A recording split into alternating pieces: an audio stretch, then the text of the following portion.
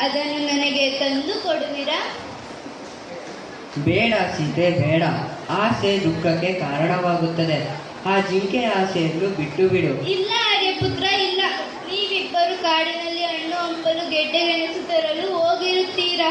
ಆಗ ನನ್ನ ಒಬ್ಬಳಿಗೆ ಇರಲು ಬೇಸರವಾಗುತ್ತದೆ. ಆ ಚಂದದ ಜಿಂಕೆಯ ಜೊತೆ ಇದ್ದರೆ. ಆಗಲಿ ಸೀತೆ. ಲಕ್ಷ್ಮಣ, ನಿನ್ನ ಅತ್ತಿಗೆಯ ಆಸೆಯಂತೆ ಆ ಬಂಗಾರ ಜಿಂಕೆಯನ್ನು ತರಲು ಹೋಗುತ್ತಿದ್ದೇನೆ. ಇಲ್ಲೇ ನಿನ್ನ ಅತ್ತಿಗೆಯನ್ನು ನೋಡಿಕೊಂಡು ಇಲ್ಲೇ ಇರು, ಕದಲಬೇಡ.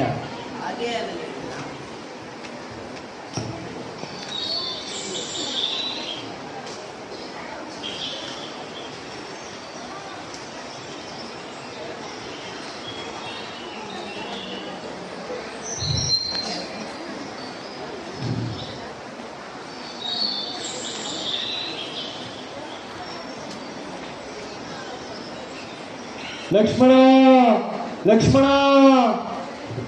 ಅರೆ, ಇದು ಆರ್ಯಪುತ್ರನ ಧ್ವನಿಯಂತಿರುವುದಲ್ಲ. ಲಕ್ಷ್ಮಣ, ಲಕ್ಷ್ಮಣ, ಕೇಳಿದೆಯಾ? ಕೇಳಿದೆಯಾ? ಅದು ನಿನ್ನ ಅಣ್ಣನ ಧ್ವನಿಯಂತಿರುವುದಲ್ಲ. ನನಗೆ ಯಾಕೋ ಭಯವಾಗುತ್ತಿದೆ. ನಿನ್ನ ಅಣ್ಣನಿಗೇನೋ ತೊಂದರೆಯಾಗಿದೆ. ಹೆದರಬೇಡಿ ಅತ್ತಿಗೆ. ಸಾಕ್ಷಾತ್ ನಾರಾಯಣ ಸ್ವರೂಪನಾದ ಅಣ್ಣನಿಗೆ ಯಾರು ಏನು ಮಾಡಲಾರರು. ಇಲ್ಲ ಲಕ್ಷ್ಮಣ, ಇಲ್ಲ.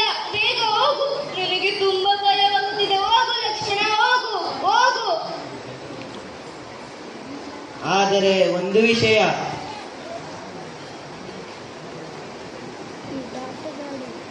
ನೀವಿನ್ನು ಯಾವುದೇ ಕಾರಣಕ್ಕೂ ಈ ಕೆರೆಯನ್ನು ದಾಟಬೇಡಿ. ನಾನಿನ್ನು ಹೋಗಿ ಬರುತ್ತೇನೆ. ಆಗಲಿ ಲಕ್ಷ್ಮಣ.